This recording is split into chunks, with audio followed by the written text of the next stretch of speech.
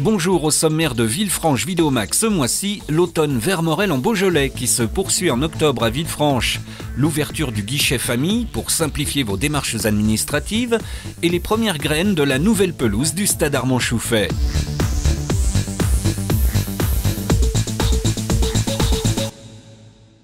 Lancé le 17 septembre dernier, l'automne Vermorel en Beaujolais qui se déroule autour de 3 temps forts s'est ouvert sur une exposition de Dominique Fusina, Antérieur, un projet photographique que vous pouvez découvrir dans le parc Vermorel jusqu'au 31 décembre, mais c'est aussi un projet pédagogique auquel ont participé des élèves du collège Jean Moulin. On a essayé de réfléchir à comment mettre en scène, quel costume préparer, quel cadrage, quel lieu, quel endroit précis dans la villa on allait exploiter.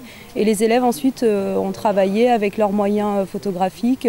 Ils ont pu découvrir un univers et des métiers exceptionnels qu'ils ont approchés au plus près. Et ils se sont rendus compte qu'ils étaient capables de faire de belles choses.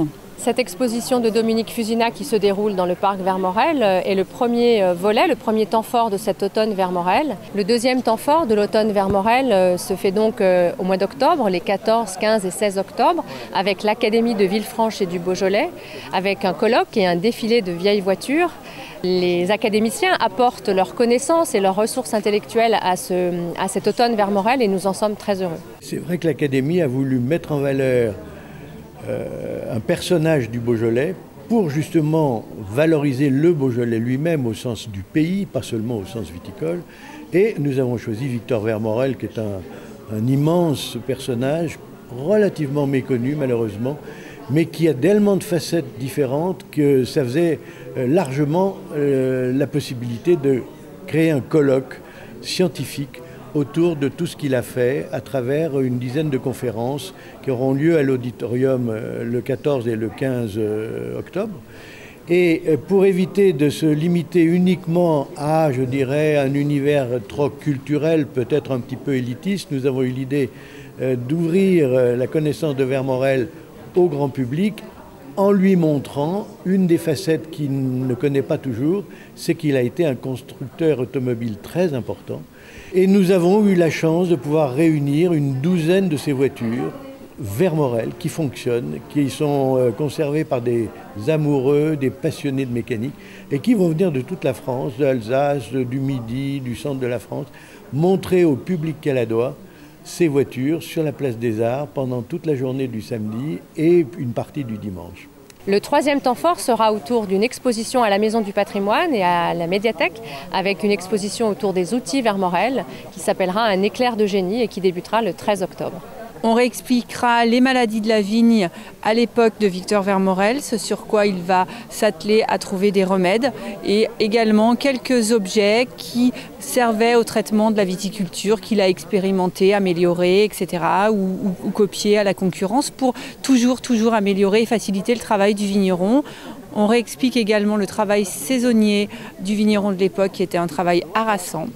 Et surtout, on revient sur l'ampélographie qui là sera exposée à la médiathèque. C'est un travail de compilation de tous les cépages internationaux à l'époque et c'est un travail qui fait encore référence dans le milieu scientifique aujourd'hui encore.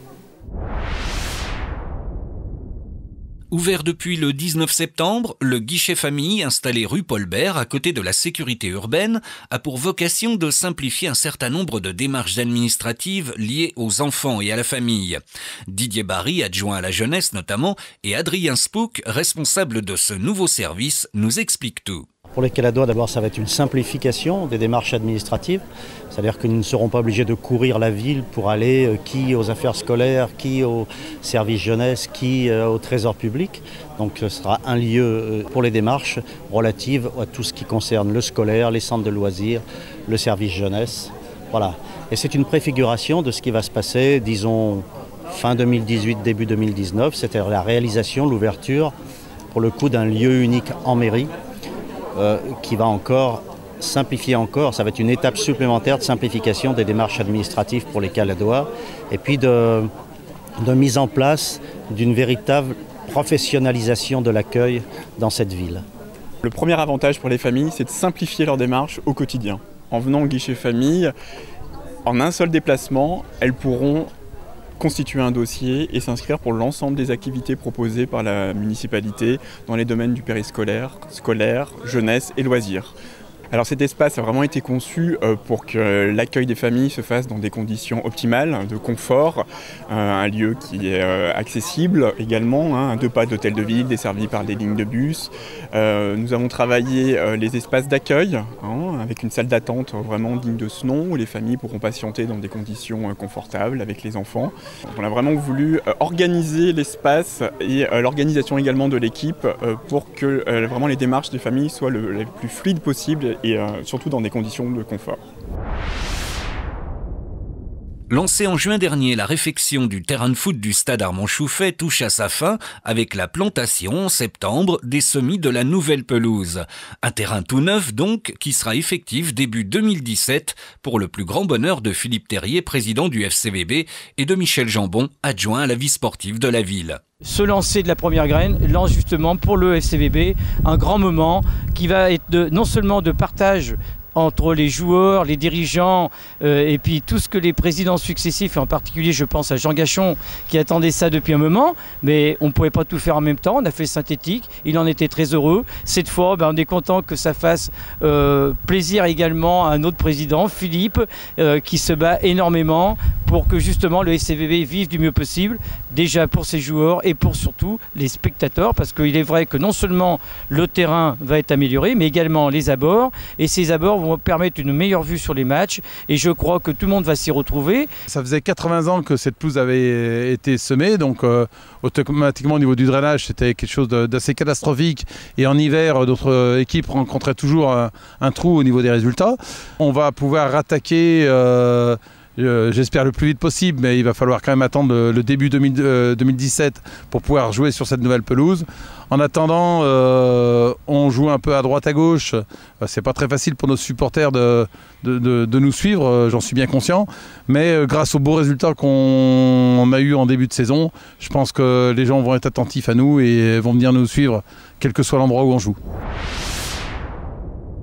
En bref, Villefranche-sur-Saône accueillait à Parc Expo les 30 septembre et 1er octobre dernier le congrès des maires du Rhône et de la métropole de Lyon.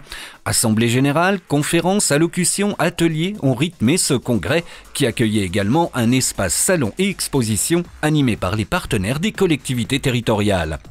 À noter sur vos agendas, jeudi 13 octobre, conférence débat autour du cancer du sein, organisée par l'hôpital de Villefranche et le centre Léon Bérard avec le soutien de la ville de Villefranche. Conférence animée par des spécialistes qui se tiendra à la salle de l'atelier à partir de 18h30. À partir du 16 octobre, le musée municipal Paul Dini, qui fête par ailleurs ses 15 ans, accueille une nouvelle exposition consacrée au thème de la tentation et à la représentation iconographique des 5 sens entre 1830 et 1914. Une exposition réalisée avec le concours exceptionnel du musée d'Orsay et qui réunira une centaine d'œuvres d'artistes français, pour certains issus ou ayant travaillé dans la région lyonnaise. Les rencontres du cinéma francophone en Beaujolais se dérouleront du 7 au 13 novembre au cinéma Les 400 coups. Cette 21e édition sera placée sous la présidence d'Ava Cahen, journaliste et rédactrice en chef du magazine de cinéma clapmag.com. Merci d'avoir suivi Villefranche Vidéo Mag et rendez-vous le mois prochain pour plus d'infos sur votre ville.